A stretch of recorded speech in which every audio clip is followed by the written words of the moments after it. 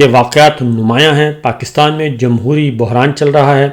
غیر آئینی اور غیر قانونی حکومت وہاں پہ ہے اور رجیم چینج آپریشن کیا گیا، اور اس کے ساتھ ساتھ انہوں نے کہا کہ انتخابات میں بڑے پیمانے پر دھاندلی ہوئی ہے، بے ضابطگیاں ہوئی ہیں اور ووٹوں میں دھاندلی، سیاسی دباؤ، حزب اختلاف کے رہنماؤں کی گرفتاریوں سے یہ سارے کے سارے متاثر ہیں اس وقت پاکستان پورے کا پورا۔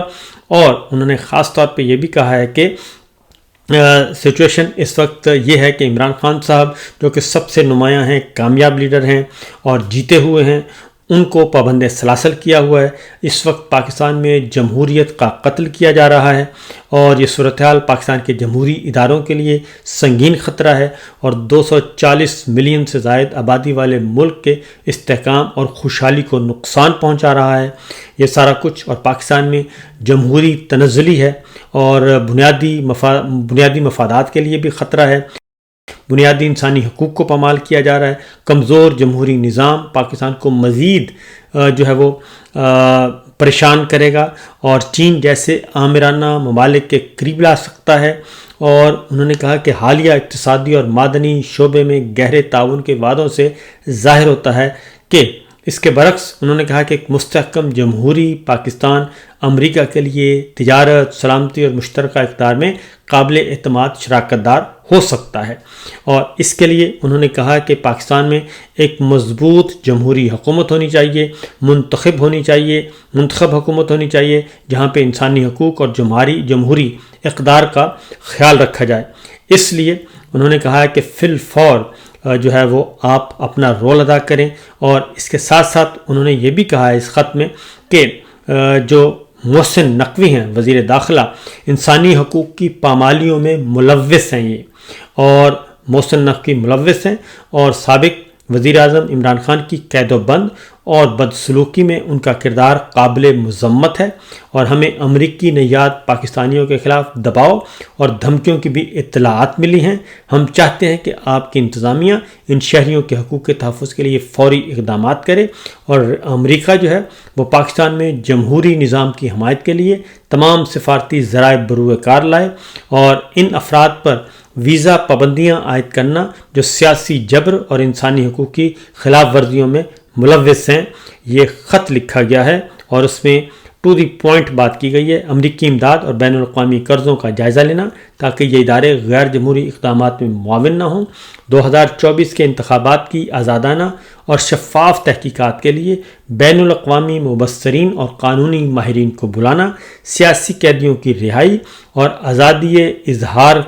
اور اجتماع کے حق کی بحالی، یعنی کہ جلسے جلوس کی اجازت، سیاسی سرگرمیوں کی اجازت جو کہ اس وقت پاکستان تحریک انصاف پہ ہے۔ اور انہوں نے کہا کہ ہم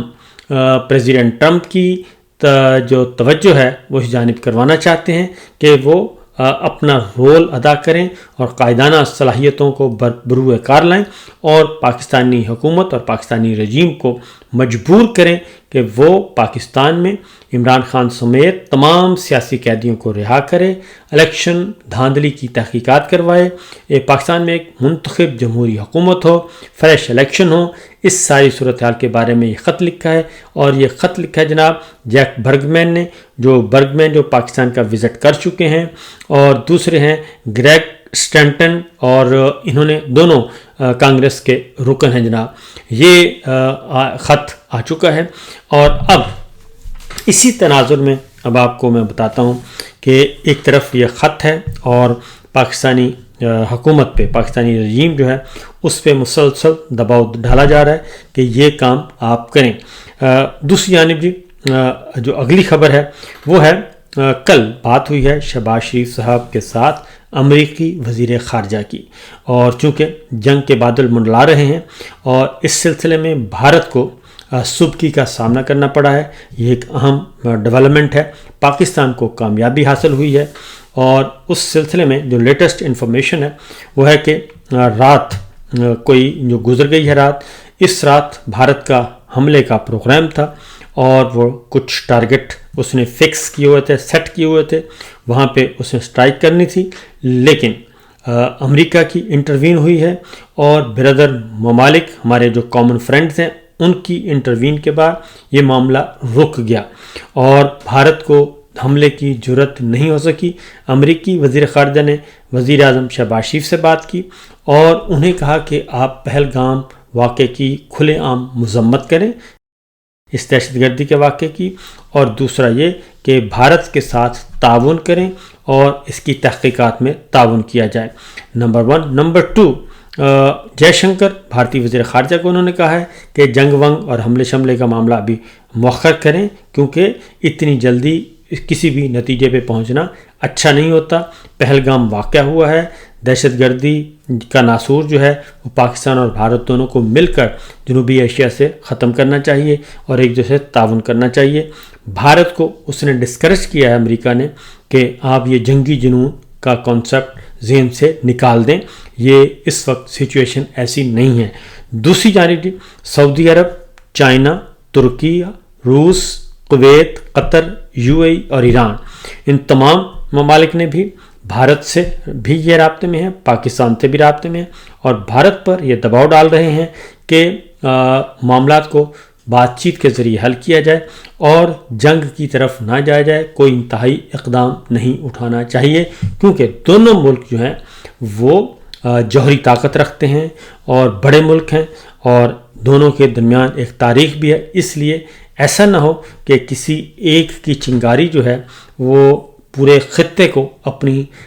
جنگ کی لپیٹ میں لے لے اور پھر یہ خدا نخواستہ پھر جوہری جنگ کی طرف نہ یہ چلا جائے پورے کا پورا خطہ۔ یہ صورتحال اس وقت ہے جناب۔ اگلی جو خبر ہے، امریکہ نے بھارت کو جھنڈی کرا دی ہے، حقیقت تو یہی ہے، اور اس نے ہم بھارت کی حمایت نہیں کی اور بھارت کو ڈسکریج کیا ہے اور اسے کہا ہے کہ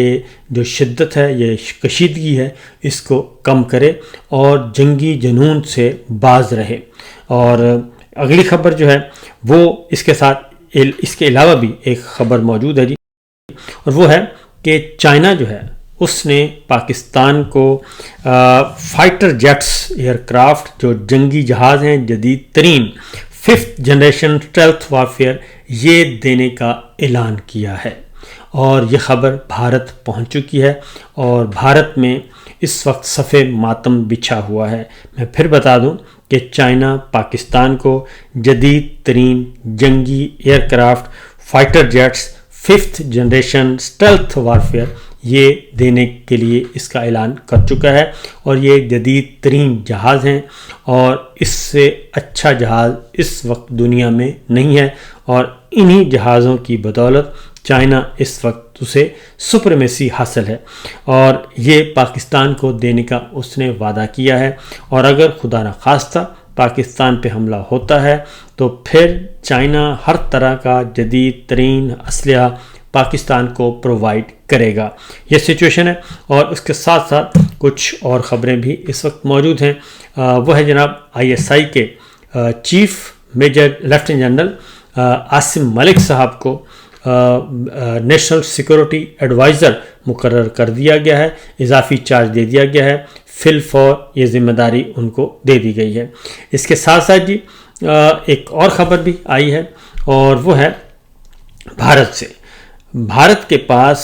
نہ پانی ذخیرہ کرنے کی صلاحیت ہے اور نہ ہی دریاؤں کا رخ موڑنے کی صلاحیت ہے۔ یہ ششی تھرور نے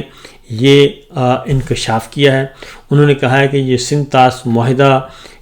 معطل کرنا، پانی کا ذخیرہ کرنا، انہوں نے کہا کہ اس کی کوئی کیپیسٹی نہیں ہے اور یہ بھارت کی اپوزیشن جماعت کانگریس کے رہنما ہیں، سینئر سیاستدان ہیں، اور انہوں نے یہ اعتراف کیا ہے ششی تھرور نے کہ بھارت کے پاس ایسا کوئی صلاحیت نہیں کہ وہ دریاؤں کا رخ موڑ سکے یا پانی ذخیرہ کر سکے۔ اس لیے انہوں نے کہا کہ یہ جو مودی سرکار ہے یہ سوائے بلف کے اور کچھ نہیں کر رہی۔ اس کے ساتھ ساتھ ششی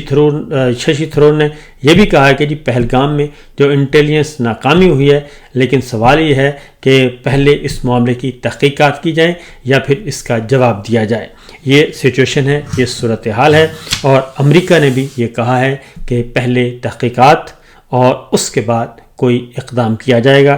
دہشت گردی کے خاتمے کے لیے سب کو مل کر کام کرنا ہوگا۔ یہ سچویشن جناب، یہ صورتحال، اور رات جو ہے وہ خیریت سے گزر گئی۔ ایک اور جاتے جاتے میں آپ کو بتا دوں کہ کل D G I S P R اور اسحاق ڈار صاحب کی پریس کانفرنس تھی، اور اسحاق ڈار صاحب سے 2 سوال ہوئے، اور ان 2 سوال، دوسرے سوال پہ مائک بند کر دیا جرنلسٹ کا جو سوال پوچھ رہے تھے، اور اس کے بعد پریس کانفرنس ختم کر دی گئی، اور پھر اس سے آگے نہیں سنوائی گئی، یعنی کہ وہ جھگائی الٹ گیا جی۔ اس میں سوال یہ تھا، پہلا سوال یہ پوچھا تھا کہ آپ کی خارجہ پالیسی جو ہے وہ ناکام ہو چکی ہے، اور کوئی بھی دوست ملک جو ہے، برادر ملک، اس نے کھل کر یہ نہیں کہا کہ بھارت کی مذمت کی ہو، اس کے جارحانہ عزائم کی۔ نمبر 2 یہ دوسرا سوال جس پہ مائک بند کر دیا گیا وہ یہ تھا کہ اس ساری سچویشن میں وزیر اعظم شہباز شریف کہاں ہیں، اور وہ کیوں نظر نہیں آ رہے، اور وہ قوم کو کیوں نہیں بتا رہے، وہ قوم کا سامنا کیوں نہیں کر پا رہے۔ یہ سوال تھا۔ اس سوال پہ مائک بند کر دیا گیا، اور ڈار صاحب نے راہ فرار اختیار کرنا زیادہ مناسب سمجھا۔ اس کے بعد جرنلسٹ کے ساتھ کیا ہوا ابھی تک کچھ کہہ نہیں سکتے۔ فی الوقت اتنا ہی، اجازت دیجیے، اللہ حافظ۔